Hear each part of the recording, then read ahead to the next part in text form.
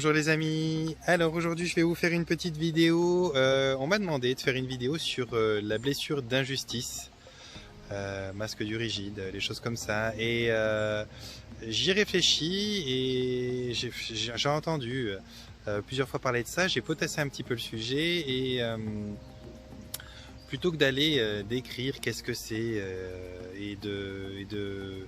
ou d'offrir un protocole pour essayer de vivre avec ça, chose qui existe déjà en abondance sur Internet, sur YouTube notamment. Je vais simplement essayer de vous donner une approche, un partage de réflexion que moi j'ai là-dessus. La blessure d'injustice, bien qu'elle soit probablement dans 90 à 95% des cas réellement ressentie et vécue, ça reste quand même quelque chose qui dans son fonctionnement est proche de l'aspect hypocondriaque de la psychologie, de la psyché humaine. C'est-à-dire que, indépendamment du fait qu'il y ait réellement quelque chose à la source de ce mal-être, il y a surtout un fonctionnement qui perdure au quotidien, qui est une forme de victimisation, qui est une forme d'acceptation d'une soi-disant malchance à notre encontre. Donc pour les personnes qui vont vivre la blessure d'injustice, qui vont vivre cet effet, ce masque du rigide, vous allez surtout aujourd'hui, et je ne dis pas à l'origine, mais vous allez surtout aujourd'hui dans votre fonctionnement être attractif de situations mauvaises. Vous allez pouvoir vous retrouver face à des petits échecs, des gros échecs, une forme de maladresse, pas mal de choses qui sont non pas une vraie malchance qui vous colle à la peau, non pas une incapacité à traverser cette vie normalement, mais simplement vous avez développé une sensibilité qui était déjà grande à l'origine, mais vous l'avez développée dans un sens qui ne vous sert pas.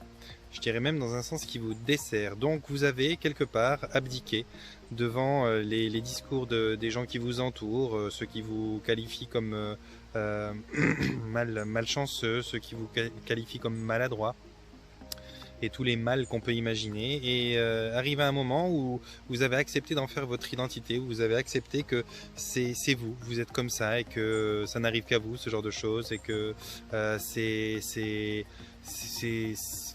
c'est presque inévitable que s'il y a un poteau au milieu de la rue et que je lève pas la tête, il sera pour moi, ou patati ou patata.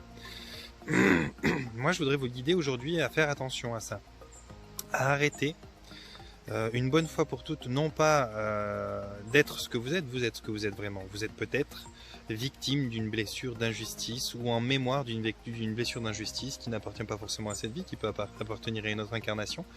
Mais surtout, vous entretenez ça. Et pour arrêter d'entretenir ça, il va falloir que vous changiez vos croyances, il va falloir que vous changiez vos choix.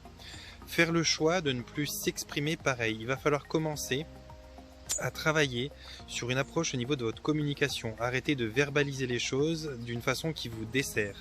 C'est très important de comprendre que la façon dont vous pensez, la façon dont vous vous exprimez, la façon dont vous verbalisez votre quotidien, la façon dont vous décrivez votre vie, elle est co-créatrice, créatrice même, pleinement de ce que vous allez vivre. Alors c'est valable pour tout un chacun, c'est valable pour moi, c'est valable pour tous les autres qui ne sont pas forcément victimes de ce sentiment-là, de cette blessure d'injustice, mais pour vous, ça l'est encore plus parce qu'il y a quelque chose qui renforce la blessure d'injustice de base.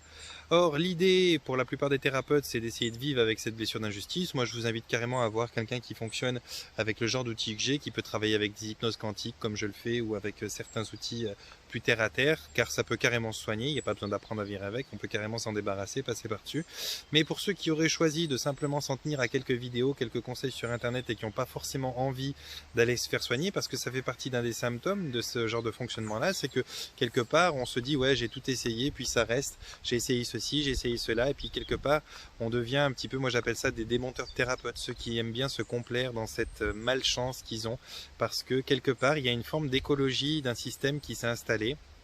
Ce que j'appelle écologie d'un système, c'est que les personnes qui ont certaines blessures, certaines formes de souffrance dans leur vie, vont parfois ne pas vouloir, alors c'est inconscient, je dis pas qu'ils le veulent c'est pas pour embêter le monde, qu'on s'entende bien, mais vont ne pas vouloir guérir d'une certaine manière inconsciemment parce que il y a quelque chose qui s'est installé autour d'eux, qui est une forme de discours de soutien, une forme de pitié, une forme de tendresse, qui est là uniquement parce que vous êtes le malchanceux ou la malchanceuse, parce que vous êtes victime d'une blessure, d'injustice.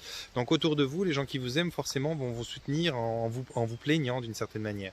Et ce soutien que vous obtenez, c'est quelque chose dont vous ne voulez pas vous séparer. C'est ce qu'on appelle l'écologie d'un système. L'écologie d'un système, c'est de se demander, ouais mais merde, si je vais mieux, si je me guéris de ça, mais j'aurai plus toute cette compassion, toute cette empathie des gens.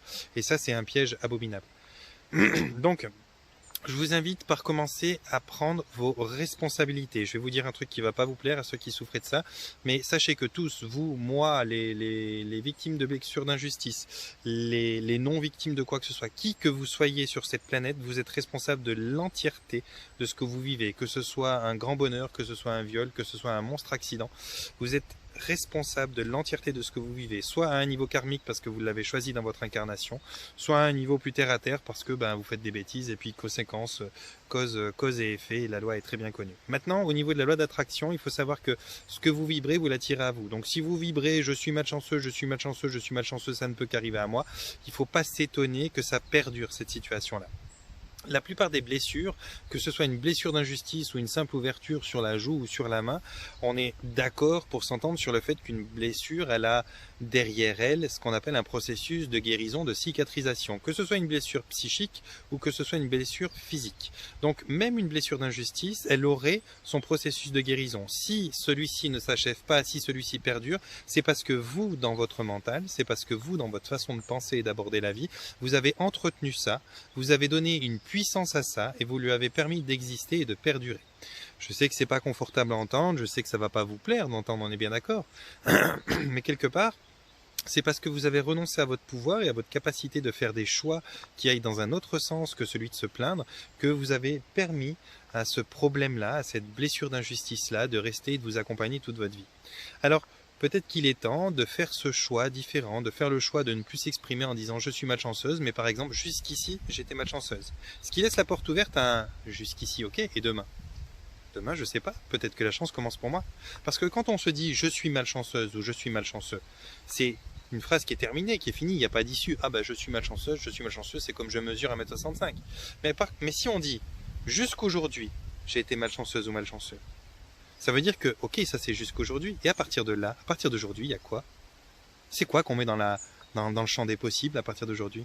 Et juste ça, de modifier sa façon de discuter, sa façon de se prononcer, sa façon de verbaliser et d'entrevoir notre vie, ça peut déjà laisser une ouverture dans ce qu'on appelle le champ des possibles. Et ça, l'inconscient, quand il s'en saisit, quand il veut bien travailler avec ça, quand le moi supérieur, quand toutes les parties qui veulent vous suivre veulent bien travailler avec ça, si en plus vous demandez encore à vos anges, à vos guides de vous épauler, je vous garantis que les changements sont à la porte. Ils sont juste là. Vous avez juste à déverrouiller la porte, ouvrir et ils vont rentrer les changements. Simplement, c'est un choix. C'est vraiment un choix. Donc, pour les personnes qui vont, alors particulièrement aujourd'hui, je parle de blessure d'injustice, pour les personnes qui vont être soumises à ça, à ce qu'on appelle la blessure d'injustice, commencez par faire un choix, à vous regarder honnêtement en face et à comprendre que cette blessure d'injustice, quelle qu'elle soit, aussi intense qu'elle soit, elle n'est plus là, ça n'est plus la vérité de votre aujourd'hui, de votre moment présent. C'est une blessure qui appartient à une autre époque.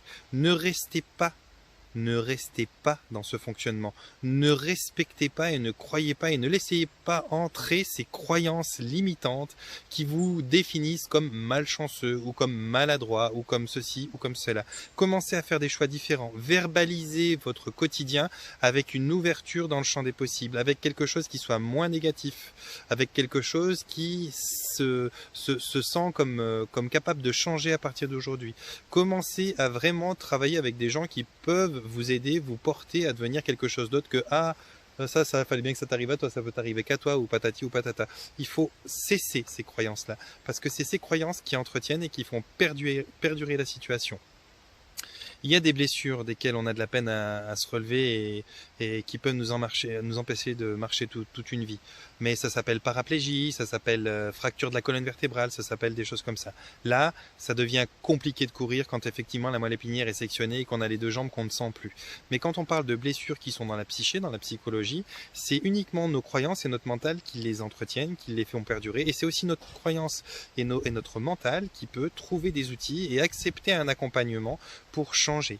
Et ça, encore une fois, c'est une question de choix. Si tu acceptes de te faire aider, si tu acceptes que c'est possible, si tu acceptes de croire à quelque chose de nouveau, si tu demandes aux énergies qui existent de t'accompagner, tu es sur la bonne route. Si tu acceptes que tu es malchanceuse, que tu es maladroite, que c'est comme ça, que c'est injuste et que tu es victime de ça et que c'est ton incarnation qui veut que tu subisses ça toute ta vie, que tu veux rester une victime parce que finalement le rôle inconsciemment te plaît bien et tu te complètes dedans, c'est ok, c'est ton choix. Mais la puissance que tu as, il est dans ton choix. Et ton choix, tu peux l'orienter à n'importe quel moment, si c'est pas jusqu'à maintenant, ça peut être à partir de demain, ça peut être à partir d'après-demain, dans quelque chose qui te serve, quelque chose qui te porte, quelque chose qui te reconnecte à ton pouvoir, à ta possibilité de faire maintenant autre chose de ta vie, de devenir la personne chanceuse, de devenir la personne à droite, de devenir la personne qui a traversé ce banc de brouillard qu'elle a mis longtemps à dépasser et qui devient maintenant une personne qui est positive, optimiste, qui peut choisir quel est son chemin, qui peut choisir si elle est chanceuse ou malchanceuse et qui ne subit plus sa vie. C'est une question de choix, c'est une question de mode de pensée, c'est une question de mode d'expression et c'est ça qui va attirer à votre vie les situations que vous avez. Soit vous les faites perdurer, soit vous en sortez. C'est une question de choix. Donc je résumerai cette vidéo avec un seul mot, change tes choix. Change tes choix, change le choix de ce que tu crois être et choisis d'être autre chose. Choisis quelque chose de plus lumineux pour toi et tu verras que tout va se mettre en place. Ça va pas venir dans un claquement de doigts dès que tu vas faire la première fois l'effort de parler juste et d'arrêter de limiter ton avenir avec des phrases toutes finies qui disent que tu es ceci et que tu es cela, que ça ne changera pas. Mais petit à petit, en une dizaine, une vingtaine, une trentaine de jours, avec un peu de discipline, ça va se mettre en place. Voilà. Je vous envoie un panier de bisous, je vous souhaite de vous porter bien, de prendre soin de vous, de mettre un pouce en l'air si vous estimez que la vidéo, elle a le mérite d'être visionnée, de partager si vous trouvez que ça peut aider quelqu'un cette vidéo-là, et puis surtout, abonnez-vous, agrandissez la famille de ce partage de réflexion, et puis faites les bons choix.